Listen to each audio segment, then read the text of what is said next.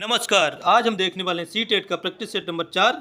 इसमें हमने बाल विकास एवं शिक्षा शास्त्र के 30 अति महत्वपूर्ण प्रश्नों को लिया है। अगर आपने अभी तक हमारा चैनल सब्सक्राइब नहीं किया तो चैनल को सब्सक्राइब कर लीजिए और वीडियो में लास्ट तक बने रहें। देखते हैं प्रश्न नंबर 1। राष्ट्रीय पाठ्यचर्या रूपरेखा 2005 में निम्न में से किस परीक्षा संबंधी सुधारों को सुझाया गया है? विकल्प ए है प्रतियोगी प्रवेश परीक्षाओं को ऐच्छिक बनाना। विकल्प बी कक्षा 10 की परीक्षा ऐच्छिक हो। विकल्प सी विद्यालयी शिक्षा की विभिन्न अवस्थाओं पर राज्य स्तर की परीक्षा का संचालन। विकल्प डी इनमें से सभी। तो हमारा सही आंसर हो जाता है विकल्प बी, कक्षा 10 की जो परीक्षा है वो ऐच्छिक हो, ऐसा सुझाया गया एनसीएफ 2005 में। उसके बाद प्रश्न नंबर 2 देखते हैं। निःशक्त बालकों की शिक्षा के लिए प्रावधान किया जा सकता है। निःशक्त बालकों की शिक्षा के लिए प्रावधान किया जा सकता है। ए विकल्प है समाकलन द्वारा। बी विकल्प है समावेशित शिक्षा द्वारा। सी विकल्प है मुख्य धारा में डालकर। और डी विकल्प है इनमें से कोई नहीं। तो जो निःशक्त बालक हैं उनके लिए समावेशित शिक्षा द्वारा शिक्षा का प्रावधान किया जाता है, उन्हें मुख्य धारा से जोड़ने के लिए। अब देखते हैं प्रश्न नंबर 3। किसी उद्दीपन के निरंतर दिए जाने से व्यवहार में होने वाला अस्थायी परिवर्तन कहलाता है। किसी उद्दीपन के निरंतर दिए जाने से व्यवहार में होने वाला अस्थायी परिवर्तन कहलाता है। विकल्प ए है अस्थायी अधिगम। विकल्प बी है अभिप्रेरणा। विकल्प सी है अधिगम। विकल्प डी है अभ्यस्तता। तो सही आंसर हमारा हो जाता है अभिप्रेरणा। जो अस्थायी अधिगम है वो अभिप्रेरणा होता है और स्थायी अधिगम सीखना यानी कि लर्निंग हो जाता है।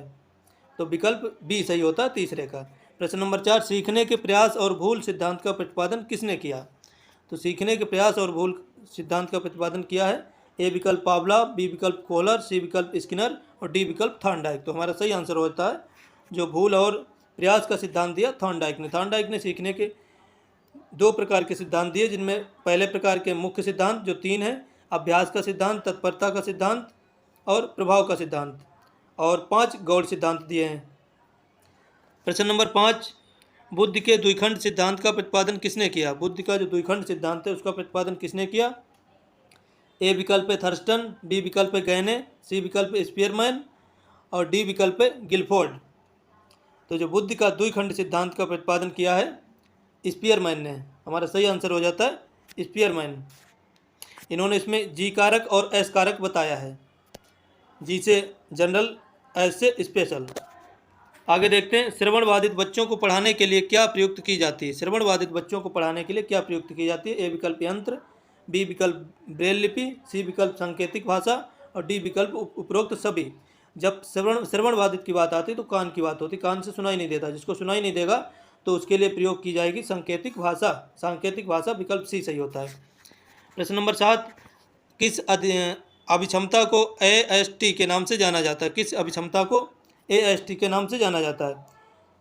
अभिक्षमता सर्वेक्षण परीक्षण, विभेदक अभिक्षमता, व्यावसायिक अभिक्षमता, सामान्य अभिक्षमता। तो इसमें हमारा सही आंसर होता है विकल्प ए अभिक्षमता सर्वेक्षण परीक्षण। इसको AST के नाम से जाना जाता है। प्रश्न नंबर 8। मना स्नायु विकृति के रोग का लक्षण है। मना स्नायु विकृति के रोग का लक्षण है, कौन सा लक्षण है? ए विकल्प है रोग, बी विकल्प है भय, सी विकल्प है कष्ट, डी विकल्प है आशंका। तो हमारा सही आंसर हो जाता है डी विकल्प आशंका। अगला प्रश्न देखते हैं। प्रश्न नंबर 9। ब्रेल लिपि का प्रयोग निम्न में से किसके लिए किया जाता है? ब्रेल लिपि का प्रयोग किसके लिए किया जाता है? विकल्प ए है दृष्टिबाधित के लिए, विकल्प बी है शारीरिक निःशक्त के लिए, विकल्प सी है वाचन बाधित के लिए, विकल्प डी है इनमें से कोई नहीं। तो हमारा सही आंसर हो जाता है दृष्टिबाधित के लिए ब्रेल लिपि का प्रयोग किया जाता है। ये 6 डॉट्स पर आधारित होती है। इसमें 6 डॉट होते हैं, 6 बिंदुओं पर आधारित होती है पूरी लिपि। अगला प्रश्न नंबर 10। हम करके सीखते हैं किसने कहा? हम करके सीखते हैं किसने कहा? ए विकल्प योकम, बी विकल्प सिम्पसन, सी विकल्प कॉल सैनिक, डी विकल्प डॉक्टर मेस। हम करके सीखते हैं ये किसने कहा है? तो विकल्प ए सही हो जाता है, योकम ने कहा है हम करके सीखते हैं। विकल्प ए इज राइट। प्रश्न नंबर 11। शैशवावस्था मानव विकास की प्रमुख अवस्था है। विकल्प ए द्वितीय, विकल्प बी प्रथम, विकल्प सी चतुर्थ, विकल्प डी तृतीय।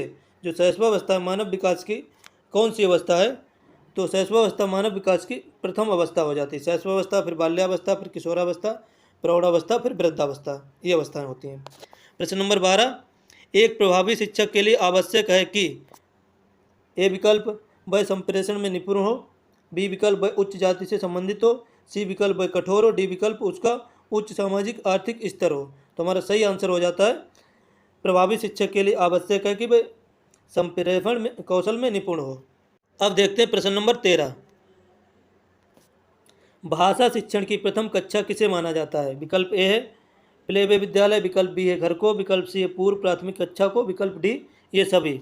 तो हमारा सही आंसर हो जाता है विकल्प बी, भाषा शिक्षण की प्रथम कक्षा माना जाता है घर को। घर से ही बच्चा भाषा सीखना शुरू करता है।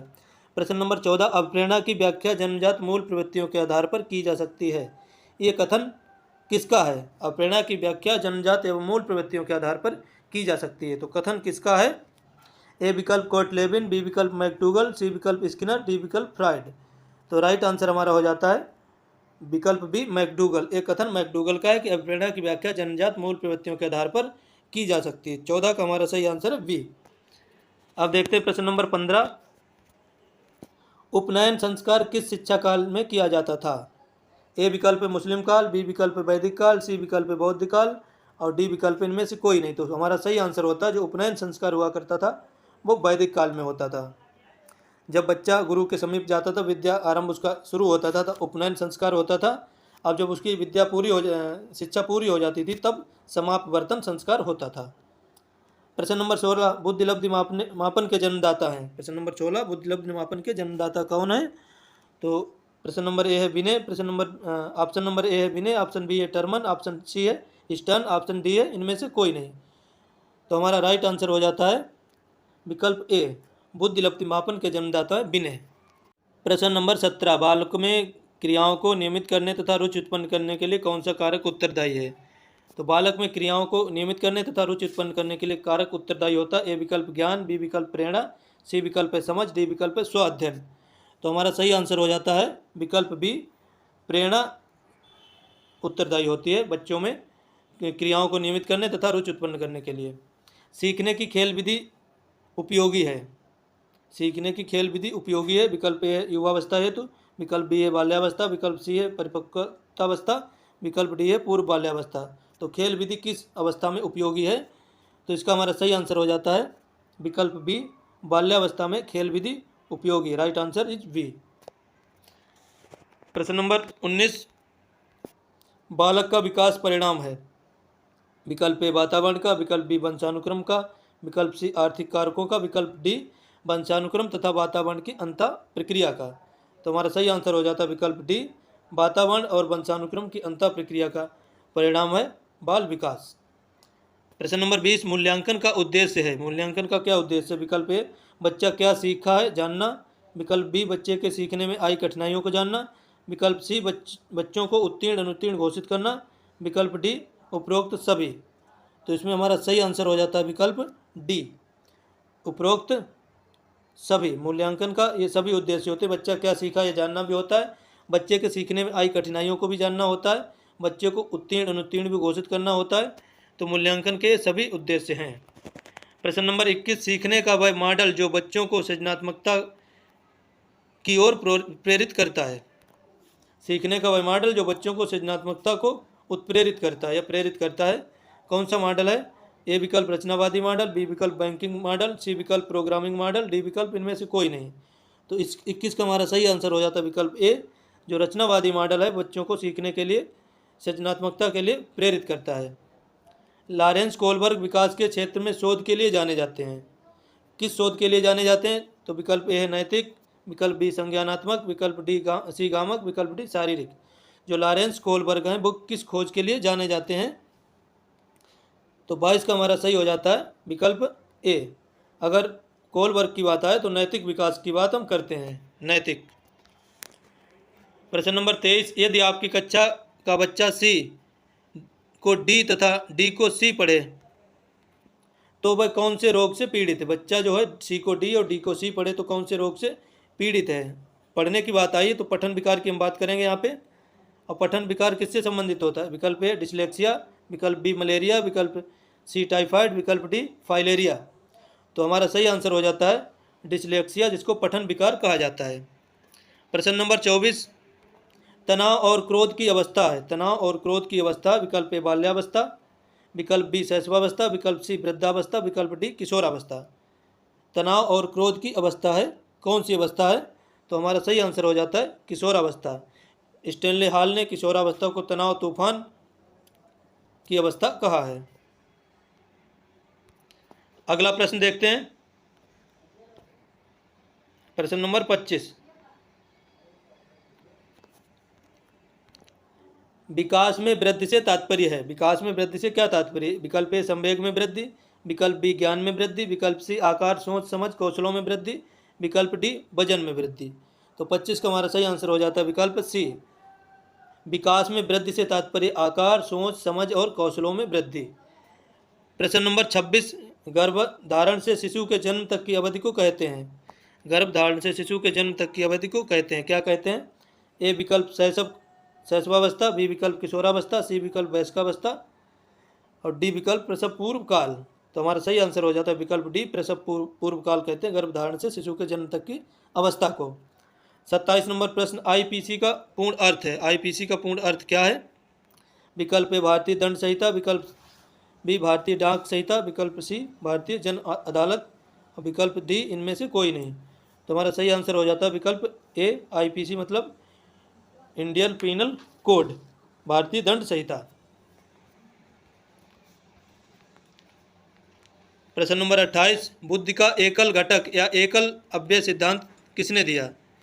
एक कारक सिद्धांत किसने दिया? विकल्प ए है पावलोव, विकल्प बी है थॉर्नडाइक, विकल्प सी है फ्रीमैन, विकल्प डी है अल्फ्रेड विने। जो बुद्धि का एक कारक सिद्धांत किसने दिया? तो हमारा सही आंसर हो जाता है विकल्प डी, अल्फ्रेड विने ने बुद्धि का एक कारक सिद्धांत दिया, एक घटक सिद्धांत। बच्चे सबसे अधिक सीखते हैं जब वे क्या करते हैं?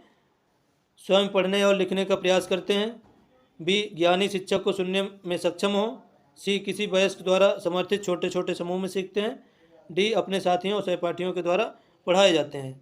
तो सबसे ज़्यादा कब सीखते हैं? तो इसका हमारा सही आंसर हो जाता है विकल्प सी, किसी वयस्क द्वारा समर्थित छोटे छोटे समूह में सीखते हैं। छोटी छोटी बातों को धीरे धीरे वो सीखते जाते हैं, जिससे वो अधिक सीखते हैं। लंबी बात बताओगे बच्चा नहीं सीख पाएगा, छोटी छोटी बातें बहुत जल्दी सीख जाते हैं बच्चे। प्रश्न नंबर 30। मास्लो का सिद्धांत डॉट डॉट पर आधारित है। विकल्प ए इच्छाओं, विकल्प बी भावनाओं, विकल्प सी कार्यों, विकल्प डी आवश्यकताओं। तो इसमें हमारा सही आंसर हो जाता है विकल्प डी, मास्लो का जो सिद्धांत है वो आवश्यकताओं पर आधारित है। हमने देख लिए हैं 30 अति महत्वपूर्ण प्रश्न। वीडियो पसंद आया हो तो लाइक कर लीजिए, चैनल को सब्सक्राइब करना ना भूलें। मिलते हैं अगले प्रैक्टिस सेट में।